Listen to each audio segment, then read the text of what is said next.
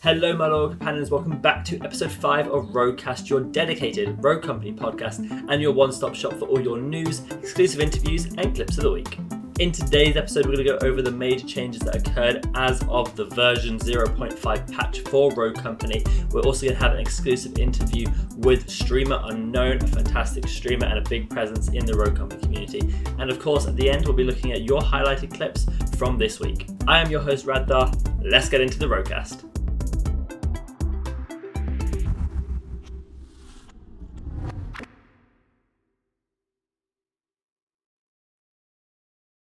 Okay, so starting off with the news this week, the major thing that did drop is the patch from version 0.5 of Rogue Company did drop. This brought along so many new features that I want to get into.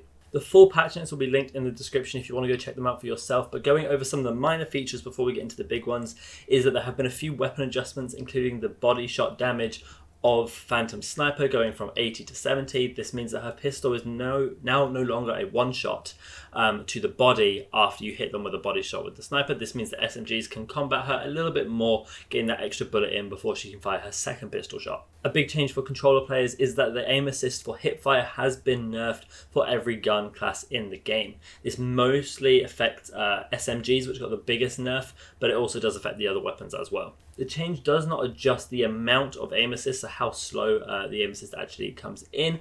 It just affects the distance at which it begins to register. If you're a bit unsure on aim assist, I do have a video here on the channel if you want to sort of understand what aim assist actually does and how it compares to mouse and keyboard. They're just a few of the things that I did want to touch on because they have been a little bit overlooked, but they are quite important for you guys to know. Now, of course, let's get into the really big things, including the introduction of the new map, Lockdown. I've had the pleasure of playing this a few times now, and it's been absolutely amazing. I really like the versatility of this map. There's so many different paths you can take with this really big courtyard outside, which kind of operates like a two of the 3 lane systems, but it's so open that you can actually traverse between them really well. There's a lot of good cover, a lot of good spots, and a lot of height elevation, which we haven't really seen from the game too much yet, that really offers a bit of versatility for the players. There's also the close quarter combat inside bit, which is really interesting as well. They've done a really good job with this map. I think it really fits in with the feel of Rogue Company. The tower is it's a bit hit or miss sometimes. There's not great cover up there, which it shouldn't have, but it's also really hard to get up there. I think it is this really good high risk, high reward situation, and I think they did do a good job at balancing it all quite well. Another thing that has been added to the game that is massively important, particularly for me and other competitive players, is custom games. So these are private match lobbies that you can go into, invite your team, invite another team, and then choose the map, choose the game mode you want to play, and then fight it out that way. It is a fantastic system. Obviously, they don't have a lot of the adjustments, like I said in last week's RogueCast. They don't have many sliders to adjust how many rounds, how quickly the timer goes, how quickly the bomb diffuses. That's not in the game yet. That hopefully will be added, and adjustments like that will be eventually in customs, but for now they're basically just private lobbies, but they are still fantastic for scrimming if you want to play against some of the top teams. They're also going to be really impactful for tournaments and other such competitions, and it shows just how much they're leaning towards this esports side. Also going on to the esports side was the big announcement that they are doing a skin giveaway with 100 Thieves. There is now 100 Thieves are in some way working with Rogue Company, which obviously shows there is an esports side that is going to develop. They have some quite cool red tinted skins coming out for some of the rogues, mainly that we've seen so far as of recording this are Dima, Phantom and Saint, although I believe the other one might be Ronin that the skin is coming out for.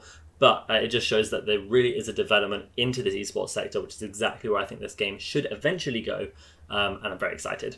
Coming on from Scott Gandy's daily/weekly announcements, where he gives us a bit more info about what they're planning to do with the game, was the acknowledgement that Sixth Sense is being retweaked, is being retired for a little bit, because it's a bit underwhelming and the community doesn't really use it that much. So they're looking at finding a way to retweak it to make it a bit better and a bit more useful.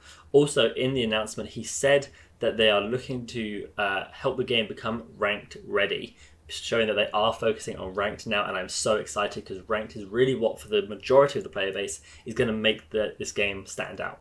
I hope they get this system right, and I'm looking forward to where it goes, and I hope you guys are as well. Let me know in the comments what you would like to see from a ranked system and how excited you are for it. Then the final announcement, it's been a really big news week, but actually comes from a leak, I believe, from the Rogue Company YouTube channel, and was picked up and made a video on by another content creator.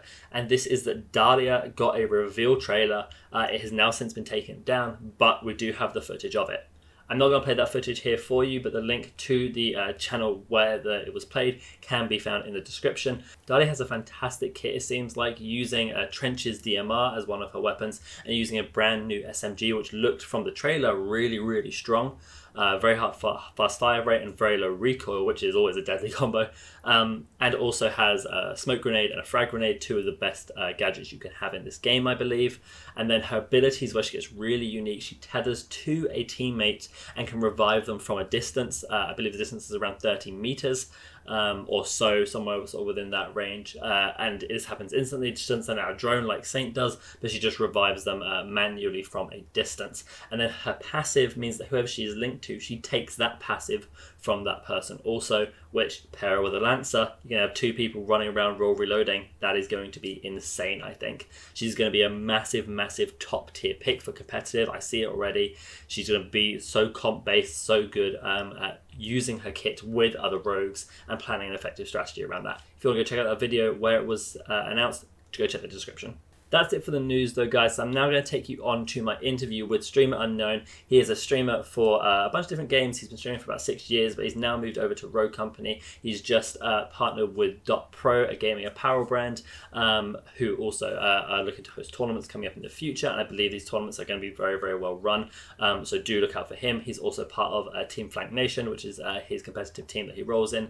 And they do very well. They are very good players. I've had the pleasure of playing with them before, and they are very good, particularly their snipers do end up taking my heads off a lot. Okay then, guys, kicking off this episode of RogueCast is a streamer who you probably do know despite his name. Is with a warm welcome I want to introduce to you Streamer Unknown. Welcome, man. How you doing? Yeah, I'm good. How you doing? I'm good. Just hanging out, taking a little break tonight. Awesome. That's happy to be here. Good. I'm glad to have you. Now, I like to ask this question because I think it is quite interesting. If in one sentence, can you sum up what your channel is about and sort of who you are in one sentence? No. Let's see. I think in one sentence, hilarity mixed with idiocracy. I like it. It has a lot to go into it because, I mean, like, I've been doing this for so long that I just try to have fun with it. I think, and that sounds really cheesy, but a lot of people that I know, a lot of people that I've seen, just they either try to make it a money game or make it all about the competition. Mm-hmm. And for me, it's like there's a lot of crazy, stupid stuff that goes on in our, during my stream because I play with a lot of different people. But I would say hilarity and idiocracy, or idiocracy, I think is the word. It's one of them. It's one of the two. It's fine. Probably the sentence for you. No, I like that. It actually feels genuine, which is good. I like that. I've popped by your streams. I would definitely say those two words at moments definitely come up. I watched you play Fortnite with your son on his birthday, and that was brilliant to watch. That was so funny. Just watching the two of you interact there was excellent. Before school started, Fortnite Fridays was a big thing, and to be honest with you, I hate Fortnite. only because I'm bad at it. Like I can handle the shooting stuff. Like when I used to play Fortnite, it was always like my friends will build for me. Mm-hmm. I'll take care of shooting. But like with him, it's just so much fun to try to get into it, and he's learning video games. He's learning a lot of stuff, and it's fun. I love that. I think that's absolutely brilliant. So let's sort of talk about you and your content, and mainly like your origins and stuff. So what's your gaming history? So even like before streaming and stuff, where did you start gaming wise? So I'm 34 years old. Okay. So I've been gaming for the majority of my life. I started on a Super Nintendo. Nice. But I remember like my daycare provider or something. It was an in-home daycare. They had a Nintendo, the first one. So we played a lot of that. But it was always, for me, it was just like, Mario, things like that. But I kind of got into it more with like N64 and GoldenEye. Was kind of a big game for me. Yeah. But, the social aspect of gaming kind of kicked in with the GameCube. We used to play Super Smash, and we played in some really small tournaments around my area. Oh, nice. How old would you have been then? It's a really good question. Racking on GameCube, I don't know, maybe like I want to say like 8th or 9th grade. Okay, yeah, that makes sense. Yeah, it's like It seems about right if I remember correctly. So pre-teens, yeah, it early would have been. teens sort of thing. Yeah, That sort exactly. of age. I said I was like 6, so I'm 22 now, so about that age. Makes me feel so old. Um, but like from there, I kind of I went the direction of the Xbox. I always had a PlayStation just for some random games, but it was never like I never went to that side, I guess. Yeah. But then Xbox kind of came along.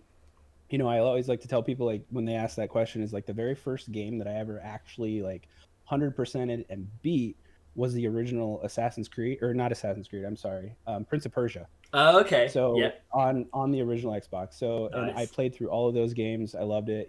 Obviously Mario was one I beat, but like kind of like that defining moment or whatever. So Yeah. but even in high school, I kind of dabbled. I built my own computer the very first time, and the specs that it had to run were the original Far Cry, which at the time were kind of like today's Crysis. Like Okay. you had to have a high-end Yeah. computer to be able to run Far Cry at max settings. So Okay. started building computers then. And I kind of progressed Xbox 360, Xbox One, that sort of thing. Yeah. I've just recently, I say just recently, probably within the last year and a half, I've kind of gone more to the competitive side of gaming. Okay. We did some Warzone tournaments.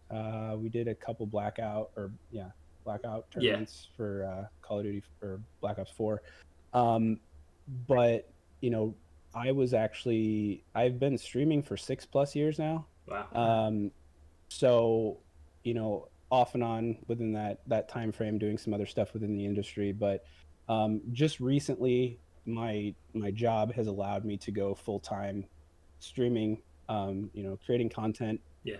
And some really good partnerships have kind of popped up out of that from the content that I have been creating, which is kind of, it's a shock to me because I never got into this to make money. It was always kind of like with my friends, nobody else wanted to stream. Yeah. And this platform came along and I'm like, oh, this would be kind of cool. So I was the one that always hit play when we started, or, hit go live when we started gaming. Like for me, I rarely game off stream. So when I do game off stream, it's usually some random mobile game that I pick up and I'll probably play for like a day or two and then delete it and find another one. Yeah. But it's very rare that I'm playing video games that I'm not streaming, just because I love the interaction, the social content. And the crazy thing is I'm kind of a quiet, closed off person personally. But streaming is kind of one of those outlets for me that makes it fun. Yeah, you hear that a lot, don't you? That a lot of streamers, particularly big streamers, are quite actually introverted, like themselves on the inside, aren't they? And then just streaming for whatever reason gives you this platform to be expressive, I guess. Why do you think that is? That's kind of I think it's a lot of things, right? Like the aspect of playing a video game, a lot of people do it to kind of get lost, right? Get lost in the world, get lost in the competition, 100%. whatever it might be. Like for me, I find it really hard to find a single player game that I can really dive deep into. Because like it's either like it's been out for so long, so there's so much content and I just get overwhelmed. Or if it's brand new, I find it hard to spend money on something like that just came out and it's like take a $60 shot on this and see what happens. Because with those single player games, I just kind of worry. But when it comes down to it, I think it's either like people want to get lost into it, and if you stream and you're an introvert, you kind of get into a community of people that are also into that game. Right. You have and kind of a good example real quick is I recently played the New World alpha, or I guess it would have been the closed beta because they allowed us to stream it. People I didn't even know were coming into my channel just like talking about the game, just random people because they saw me on Twitch under the New World thing, and they're just like, hey, how do you like it? What are you doing for this build and things like that? And I'm just like, this is part of the reason why. Exactly. That's the community, isn't it? And then the flip side of that is you have people that are really competitive, but they don't have that outlet, or they want to show that off. And like I said, I just recently got into competitive, especially with Rogue Company. That game is kind of like I've got a team formed around it. We are looking, we're practicing almost every day, playing pubs and stuff like that now with the new update customs. But it's always, this has kind of always been where I wanted to be. I wanted to, showcase. I'm not the best shooter in the world. Yeah. I'm pretty tactical though. Like Mm-hmm. I can kind of read things pretty well. I like to think anyway. And so like I feel like I kind of bring that aspect to the team, and this game, I think for me, kind of it scratches that itch. Yeah. And it gives me that. Yeah, I would say I'm actually kind of in the same boat. I would never say I'm a phenomenal shooter at these games. Like you got to be at a certain level to like try and compete in this and stuff. And you got Yeah, got yeah, hit your shots, get the odd headshot. sure, Nice yeah, little sniper phantom montage. But it's the tactical play that I quite like, and that's why I'm a yep, big proponent of demolition. Where do you stand on sort of demolition yeah. versus strikeout in terms of casual No, versus competitive? I'm definitely an objective player. I Yeah. know, both of the other game modes have an objective to them, Mm-hmm. but I like the aspect because I'm more of a defensive player than I am offense. Okay. I tend to get my head shot off first if I'm playing on offense. Like Yeah. I run chalk on offense, and I'm a Okay. Vi main on defense. Okay. So Yeah. I'm usually running straight into the fight, getting shot in the face, and leaving my team. Either I'll trade or I'll die. Yeah. It's that sort of thing. But the on the defensive side, I play Vi really well. I Uh-huh. think Yeah. a lot of, and I'm gonna say this probably once or twice in this, but Vi is slept on. Like people I sleep on. agree. And I am a huge proponent of making sure you have a Vi at least on defense. Yeah. But yeah, like she allows me to kind of play a different game, and Uh-huh. that's the game that I play. So I kind of have to make up for it. Like with chalk, I have to be faster and I have to be able to shoot. But with Yeah. Vi, I can play the way I want to play. Yeah. So yeah, that's like I think this I game kind of has it I for sure. agree. I think we're kind of kindred spirits in that sense. I absolutely love Yeah, Vi. I basically run her exclusively in our training up to like the last Rogue Bowl and stuff. yep. I love that play style. As you're saying, like you get your angle, you Mhm. control the map for your team, and you give Yep. information. Right, you are that team Yep. objective player. And when the enemy come at you, you're like, okay, come at me. I've got poison. Well, You'll lose so and, much health on your way. It doesn't even matter.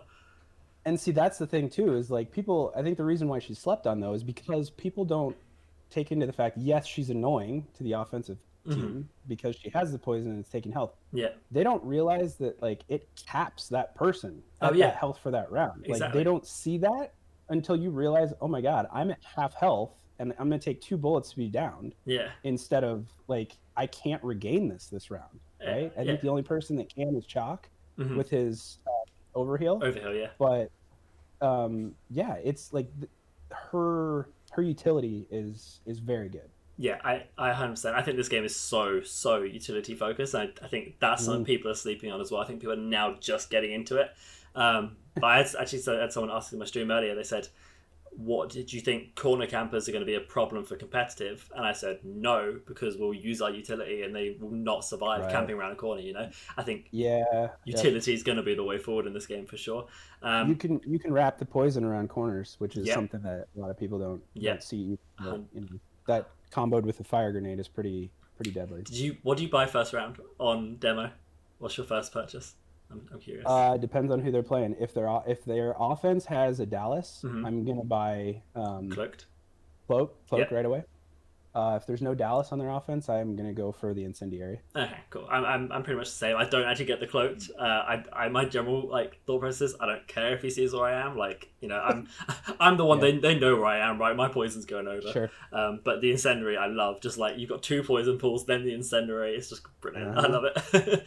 Yeah, for sure, for sure. So you sort of mentioned it there. So your transition into Rogue Company, I'm assuming from sort of like COD and other like FPSs like that. Yeah, so for a few years I was a big BR player. Uh, I did, I actually was part of a testing group for PUBG when it was first in alpha. wow. Okay, that's incredible. Back on PC, I did PUBG for a long time. And that was Hmm. kind of the kickoff, like the big kickoff to my to streaming.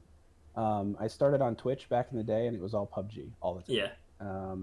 And then, I like I said, I dabbled in Fortnite a little bit when it came out, but then I kind of COD has always been there. Like my Yeah. friends and I always buy the new COD. Gears Hmm. of War was kind of a big thing for us too. Unfortunately, the most recent one kind of flopped, which Did it? really sucks. I But didn't even play it. Like I um, loved Gears up to 4, and then didn't even hear yeah, anything about it 5 was. really. I just love the story. Oh, But 100%. then um, yeah, so like Call of Duty has always kind of been a thing, and then me and kind of my partner in crime, I guess I would say, in the streaming world, Skeensy, he and Yeah. I kind of started to form a team a little bit with Warzone because we were part of another organization at the time. Uh-huh. Um, and we did some stuff with Warzone, but that game kind of started to kind of rub us the wrong way a little bit. Yeah. It felt weird, and then now, like, after stepping away from it for so long, seeing like, oh, there's a ton of hackers in the game. Yeah. They're having trouble kind of controlling that. I'm like, okay, it kind of makes sense now. Yeah. um I agree. I still love the idea of COD having a Mm-hmm. BR. Like, it's amazing. The Yeah. gunplay is always so tight in Call of Duty games. Mm-hmm. But yeah, I mean, once we kind of got the shoulder tap for Rogue Company, we really haven't looked away. Yeah. I would say 90% of my streams, whether it's day or night, are Rogue Company. Um, every now and then, if I want to kind of experience some story, I'll throw just a random game in there. Yeah. I recently had started playing the newest Ghost Recon Okay. because I had started when it first came out, and the game was kind of junk.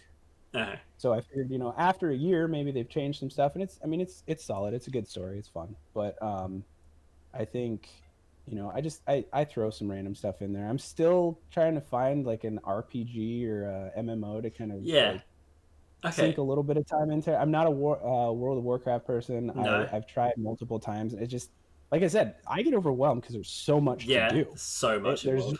There's just so much there. So like, I need to get in at the beginning. So that's kind of where I think New World might be kind of Mm-hmm.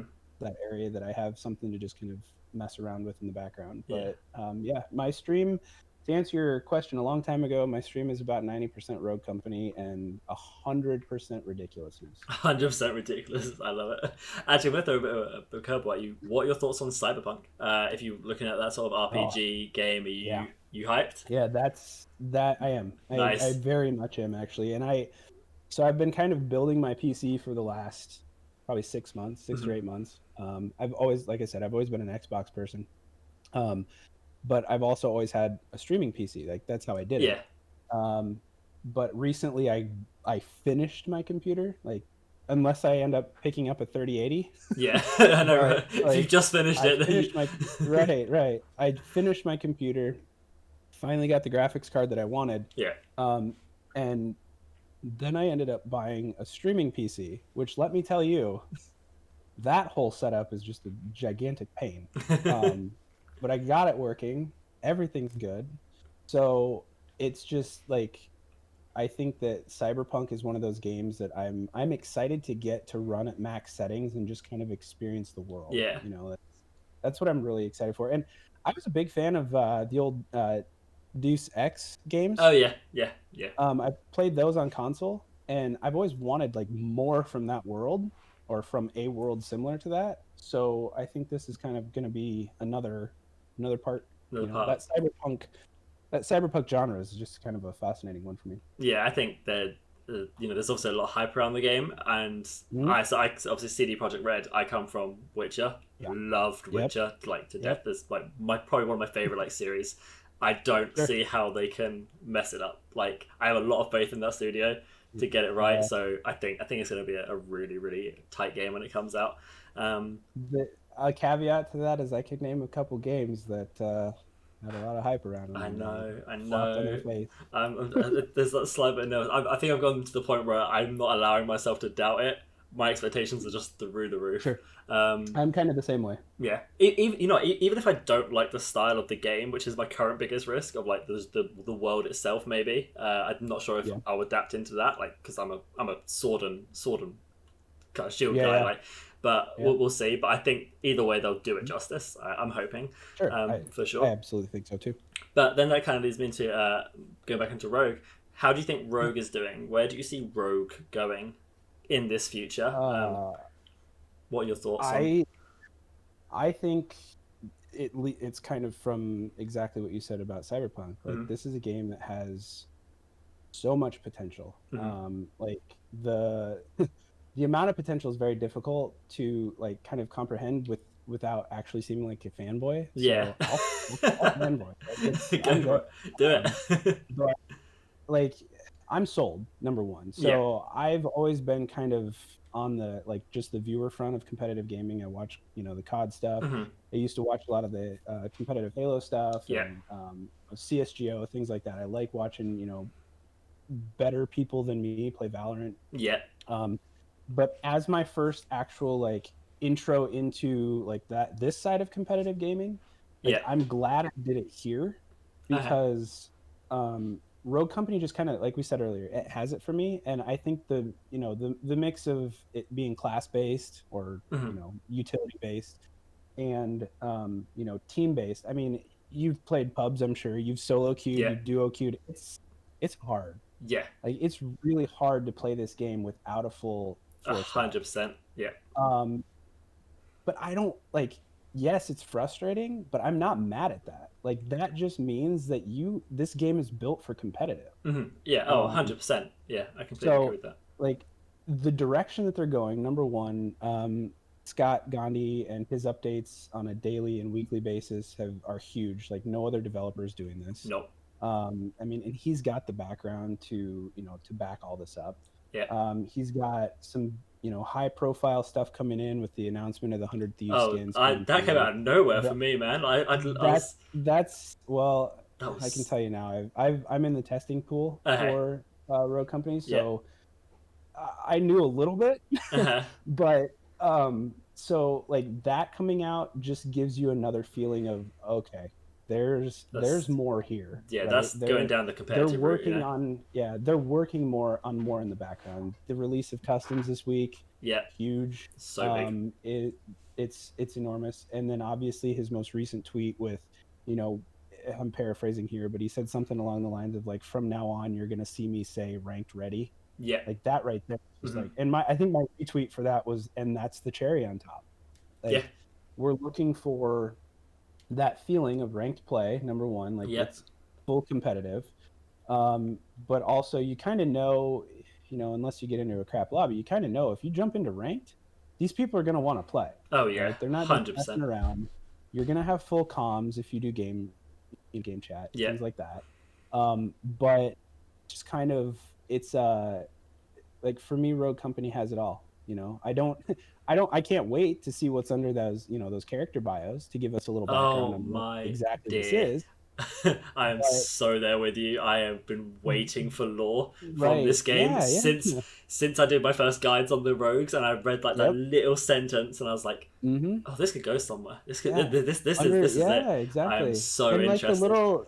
The trailers and the stuff that they're putting out, the one with Dima and Ronan walking into the gun shop or whatever. I'm like, there's so much potential here for a story, and I can't wait. But I don't care. I just love getting into the game and playing. 100%. And the other part of it for me is a feeling of, I wouldn't say belonging, but a feeling of usefulness, right? You pick your rogues that you're good at. I know that I will never be a sniper in this game. I leave that up to my buddy Skeens. He's probably one of the best that I've seen. Yeah, I'm pretty sure he's taken my head off a few times. I've met him in pubs, and I think definitely suffered that. Yeah, I mean, the guys that I have, and the guys and women that I have on the team are they know their role. Right. And I know my role. I know I'm not going to be the highest kill person, but I know I can't be the bottom. Right. And so as Vi on defense, I know what I'm blocking. As Chalk on offense, I know I'm just a meat shield and I need to figure out where they're at. But then I think that's another aspect of the game where you kind of know what your role is, and you know that you have a job to do, and that that's kind of another thing that you can add to it. But like I said, I think the potential's there. A lot of tournaments are starting up already with customs, which is what it's needed. And then my partner in .pro is going to be hosting another pretty big creator tournament coming soon. Very nice.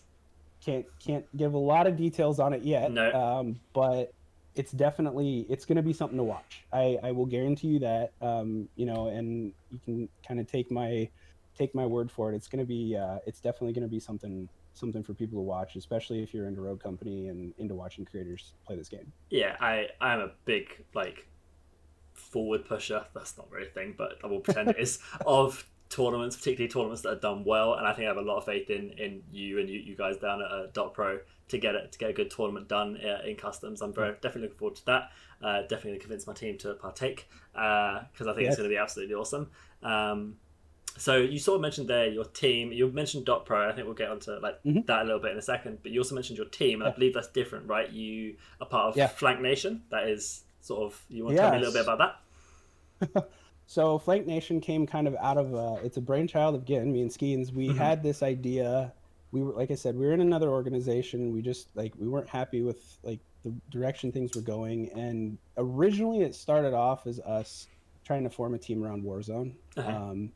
But obviously with that kind of going the way that I said that it went for us, we decided to kind of just table it for a little while.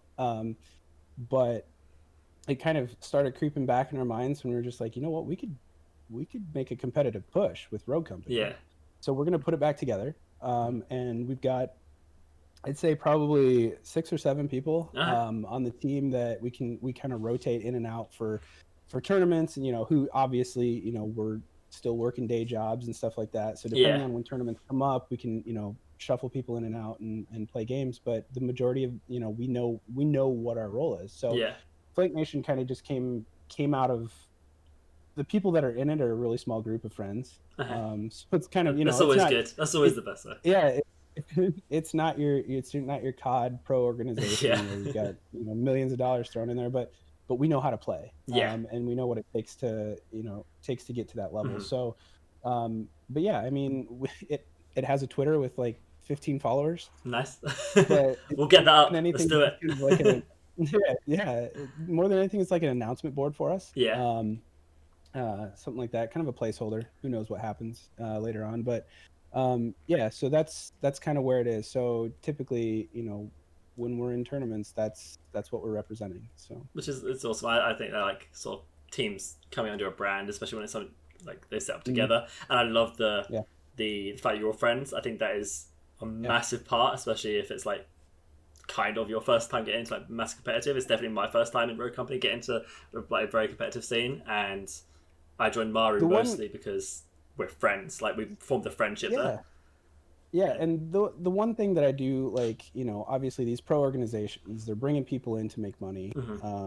They're obviously trying to field a good team, but the big part about it is marketing, make money for your sponsors, things like that. Putting a team together with a group of friends, we slam each other so much. During games, it's we can yell at each other and just call each other names. And, you're stupid. You made a terrible play here. You need to not get your head out of your butt, something like that. And you don't take it personally, right? I mean, at the time, it's probably a heated moment. And you're probably pissed, right? But it's a different level. I'm sure that on the pro scene, if somebody calls, or a teammate of yours says you're dumb and you made a stupid play, they're probably gonna take it a little bit differently. But with us, we're constantly getting on each other's cases. It's all for the love. Exactly. It's the best way to feel each other out, isn't it? You kind of need to learn each other's boundaries, learn at what point have I annoyed him just too much that I need to not do that in the tournament. The ridiculous thing about it is our team has very few boundaries, which is kind of scary. I love that. I imagine your comms in game in tournaments pretty funny. That's great. So then going on to .pro, you mentioned them. You've just recently sort of partnered with them, signed with them. Tell me a little bit about that, how that all came about, and that future. So .pro came.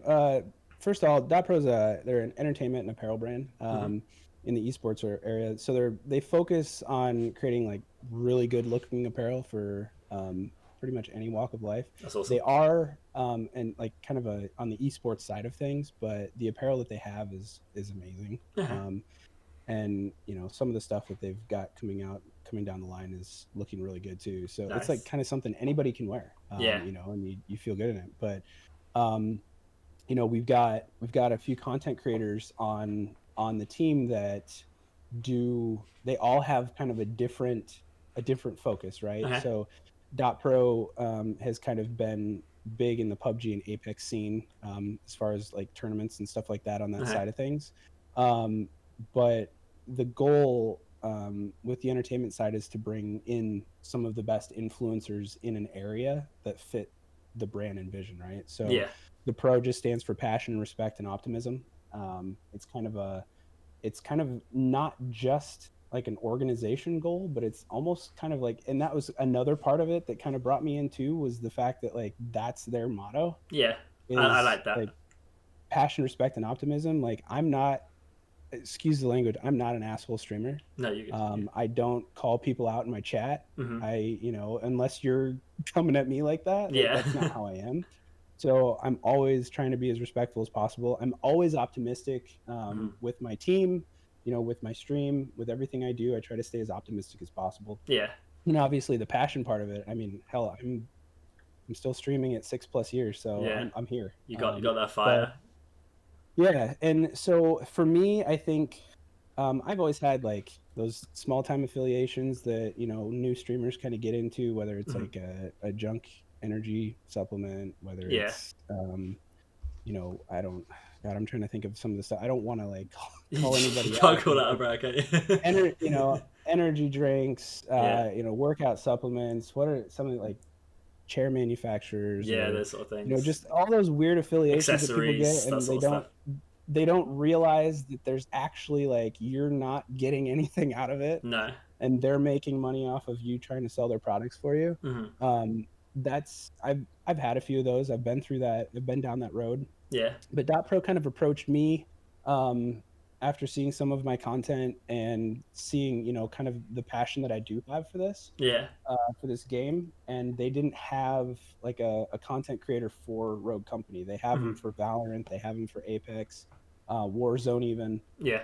And this is the direction, or one of the directions they want to go, is with Rogue Company. So they brought me on, and I honestly, in the short amount of time I've been with them, I couldn't be happier. So That's awesome. That's yeah, wicked. I always love good mottos, good a motto yeah, that shows exactly what the brand is about, and sure. when those things mesh up, it's brilliant. And obviously, like a lot of, I assume, your passion, your Mhm. optimism, and your respect comes from, I mean, a lot of things, but also being a dad. You have a Yeah, dad. You, yeah, you have two kids. So I had a question because yeah. I love asking. I have massive respect for any parent who takes content creation as their job and tries to go full time with it, or goes full time with it. And gets their kids involved, because I said this Yeah. at the top of the stream, top of the podcast, that you play. I watched you and your son play, which I think is amazing. How do you Yep. manage your different time and workloads then? How is Oh, what is a day in the life of streamer unknown? I don't sleep. No. Kind of comes along with that whole energy drink, Yep, there you coffee energy go. drink affiliations. No, I think so. Like I said, I stream full-time hours. Yep. Every Monday, Wednesday, Saturday for sure, Mm-hmm. most Fridays, Yep. and then during the days, Wednesday, Thursday, Friday. Mm-hmm. But I also have a full-time job, All right. which I'm in the cybersecurity industry. Have been for a few years now. So Uh-huh. the nice thing about what I do is that I can work from home. Even before the pandemic and all that Yeah. stuff, I was working from home, so it doesn't really change. So when there's work to be done, obviously that's top priority, because Of course. that's what helping pay the bills. Yeah. My wife does work full time, but with the kids, Mm-hmm. the big thing is just like making sure that the time that we're spending together is quality, Oh yeah. and not just like just kind of throwing Like throwing it obligation. in and saying, oh, I'm here. Yeah. That should be enough. Like with kids, I kind of obviously told you about this off air, but Mm-hmm. um they obviously require a lot, but we have two boys, Yeah. so they're insane. They're like one of the greatest parts of my life, but they are crazy. That. And I do understand why some parents say, I hope you have a child like you someday. Yeah, he said that. Because It's like brilliant. I was nuts. Like I was a crazy kid. Like I Mm-hmm. was getting into, trouble, scrapes, bruises, Yeah. um, you know, Yeah. but with we have two boys, they're 3 years apart. They're constantly getting, ribbing each other and getting on each other's nerves. So like I said, I think with that, and I'm also an outdoorsman. I Uh-huh. hunt, Oh, deer hunt. nice. So Nice. hunting season's coming up, so that's another thing that I have to try to split my time with. Yeah. But like I said, when work comes, when I'm working, that's top priority. When I'm streaming, I'm able to kind of split the time and just say, this is kind of my time to do this. Yeah. And I try to make it quality. Like I said, I'm always streaming. Like if I'm playing a game, I'm streaming. Yeah. But the content that's there is always like, there's always something flippable. There's always something fun, going on in the stream. It's never a dead, dead stream. Which is brilliant. Absolutely. But yeah, like I said, if family time, when it comes to family time, it's quality time. And when it comes to, work, it's work. And when it comes to streaming, it's I'm able to kind of separate it in my mind. As far as that's business, pleasure, fun type of thing. Yeah, so. That's good. I like that. I think you definitely need to have your work mode and your relaxation mode, right? I think that's something I'm trying to battle with. Like, I'm fairly new to content creation. I'm trying to battle with splitting my head in those ways, which actually is partly for myself. It's like a selfish question. What is your if you had to give some advice to new content creators or just content creators who have been doing it for a while? What would you say? What is like your top tip, I guess, of going into content creation? Mild plug here. I actually have a website up called Streamer Wisdom. It's on WordPress. Nice. And I did like 50 tweets a long time ago that just hashtag Streamer Wisdom. You could probably still look them up. Link in the description. It's in the description. Yeah. I kind of took those tweets that I had made, and I turned them into like here's the tweet, here's what I meant by it on this blog, right? Okay. That's awesome. And the crazy thing about it is like I haven't updated it in probably a year, but I go back every now and then and look at it, and there's like they still stand in my opinion as far as content creation is concerned. So for me, I think some of the just a couple of the top tips right now, don't worry about the numbers in the beginning. Cool. Because unless you came from the pro scene as a pro player before you started creating content, you are not going to get big numbers. Yeah. That's just a flat out fact. You have to understand that. You're unknown. There you go. I had to drop it in once. I like it. I don't even have to do it myself. But then, the other thing is you need to talk and commentate like a million people are watching. Yeah. Because in this business, if you're doing it for the right reasons, people are going to notice. And if you're doing it for the wrong reasons, people are going to notice. Yeah. So, if your goal is to make money and make this your career, then you would obviously want to put in the time and effort and make it the best thing that you can make it. Yeah. Right? You're not just going to start getting subs and you're not going to start getting donations off the bat. No. And if you're doing this just for the fun of it, make sure it stays fun. Yeah. I've seen a lot of creators go out there and get super frustrated because they're looking at the numbers or, they're sitting there staring at a 0 or a 1. Yeah. And they're playing a game, but they're not saying anything. They're not talking. They're not, this is like, MMOs are a huge way to talk. Like, even if you're by yourself playing, World of Warcraft or something, talk about why your build is what it is or why you're selling this item or, whatever it might be. Competitive shooters are another like really easy way to kind of get into it, but you have to talk. Like, you have to, because you never know when somebody is lurking. I mean, you can know if you use the right programs, but like you don't know when somebody's lurking, and that one person, that lurk could turn into a view, right? Yeah. And that person, will start talking in chat because they saw you do something or they heard you say something. Yeah. And or you made them laugh or something, Is that And it's kind of like wildfire. I mean, my stream I think is up to 1.2k followers. That's incredible. But that half of that came from starting to stream Rogue Company just a few months ago. Wow. And it's because of the time and effort I put into promoting not only myself but this game.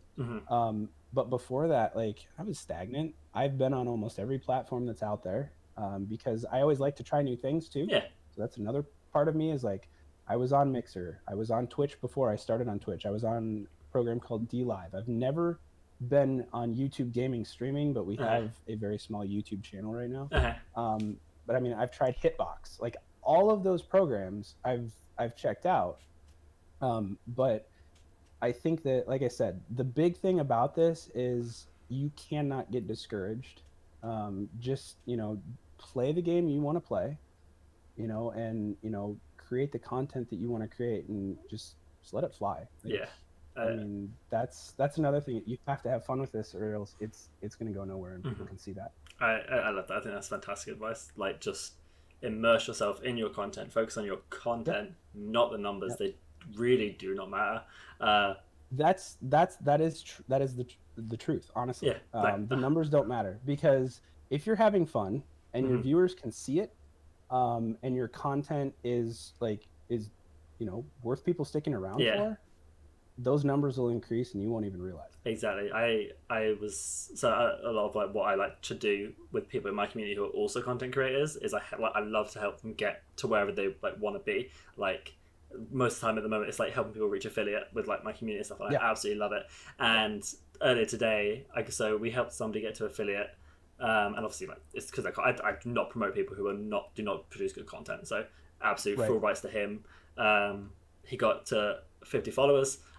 It's just working on the hours now to get to affiliate. Not the hours, the average views. And then he messaged me in my chat earlier today, and he must have hit 50 followers like 2 days ago. Said, I'm already at 71, and it's like, that's incredible, dude. Like, it just happens so organically, you know.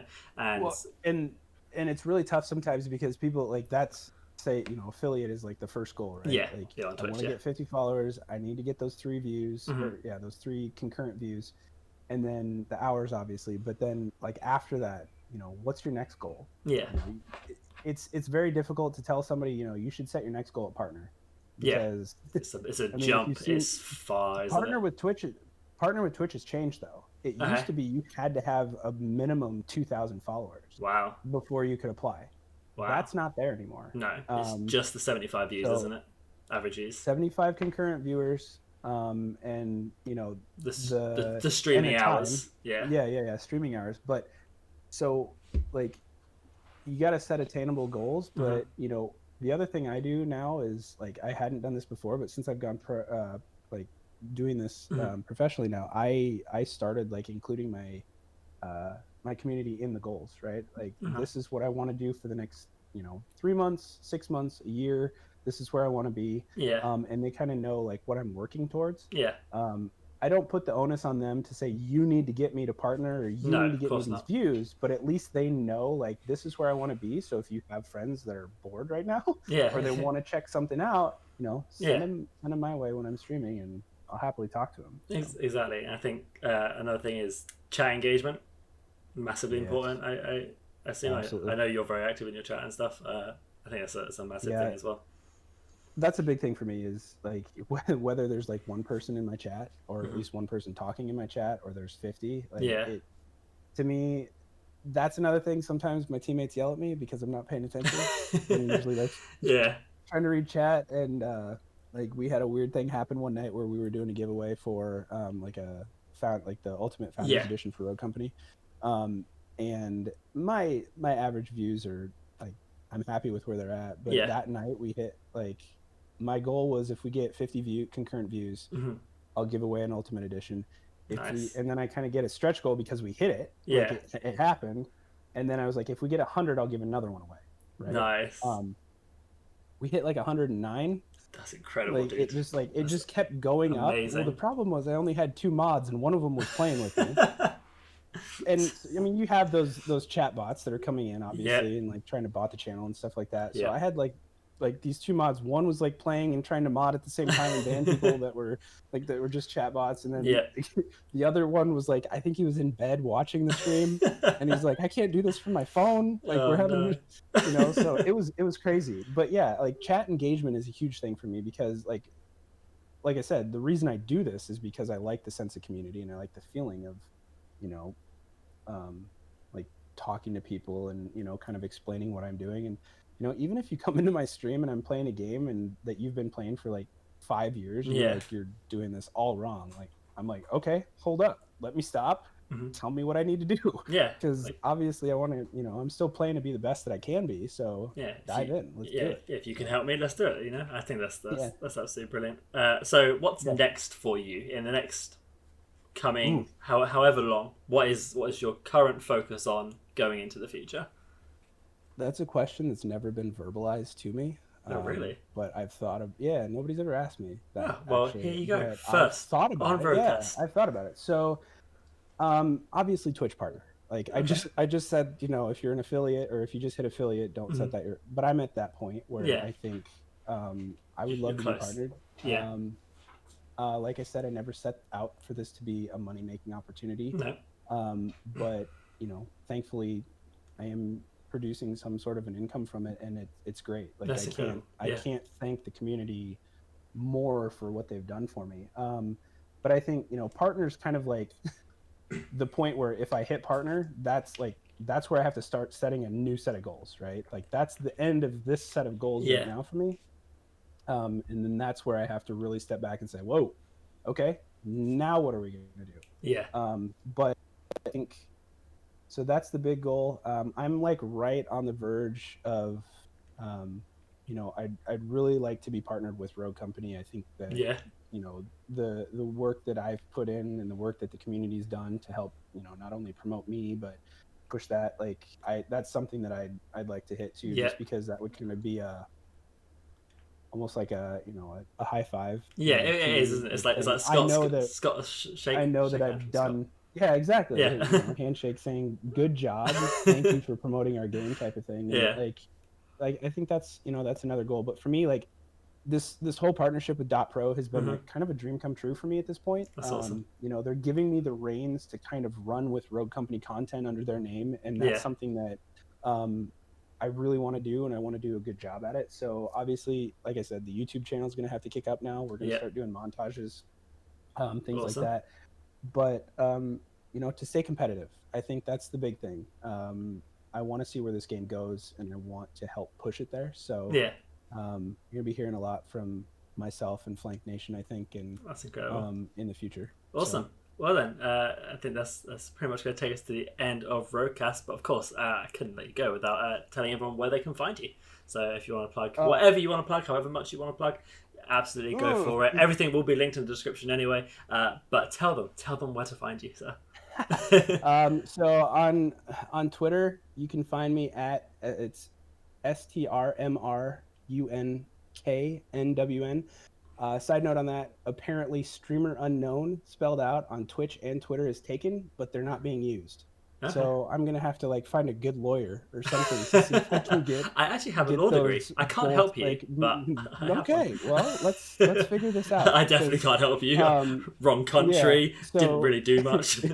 So it's streamer unknown without the vowels except the U. I guess is kind of how I tell it. It's the same thing on Twitch. But if you do go to my Twitter and just go to my the main link on Twitter, I've got a link tree there set up, so you can always find my. You can do the merch there. You can get .pro there.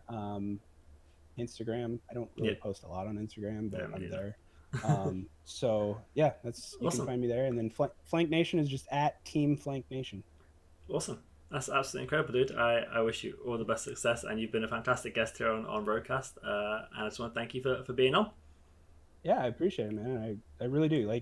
Just seeing the content that you're putting out too in the community is amazing, and I wish you all the best. A big thank you to Streamer Unknown for coming, hanging out with me, and giving an awesome podcast. I really did enjoy having that interview with him. If you want to go check him out, as I said, all the links down in the description below. You can go check him out there, join his community, and help him become a Rogue partner. Now, going on to the clip of the week, we have a Talon who, in one demolition ace, is able to just highlight exactly why Talon is so good and exactly all the things he is useful for. Let's have a look. So we see our Talon behind the box, sees the Ronin, takes some shots, doesn't quite hit them, throws the C4, an amazing equipment, gets her down with it. That damage is absolutely huge. Now he's looking for his next target. He has his Katana out, jump shots the Dima, an absolute great throw. Okay, he sees the Phantom, takes some shots, throws the flashbang, trying to stun them up. He's now going to push that Phantom. She should be stunned, but looks like she's just moved away. He has pre-fired that corner. He's just looking for his target now. That NPX is an absolute laser. She melts so quickly. Now he's just got to worry about the Shaq who's killed his teammate. The Lancer seems to be trying to stick the res, waiting for the Shaq to come around. He reclaims it using mag gloves, stops him getting in the way by annihilating that res. What an awesome play there from our Talon. Papachod coming in clutch. Okay then guys, it's going to take us to the end of RogueCast. If you did enjoy, don't worry, we'll be back next week, same place, same time, for more exclusive content for you. If in the meantime you want to check out my own personal content, I do guides and play competitively within Rogue Company, so you can check out my daily videos here on the channel by just dropping a subscribe. If you know somebody who would be really good for RogueCast and you want to see them on, hit them up, make sure they get in contact with me and let them know this is the place for exclusive Rogue Company podcast content. Other than that, guys, I hope you have a fantastic day. Check the description for all the links you'll ever need, and remember, be loyal, be brave, be relentless, and I'll see you in the next video.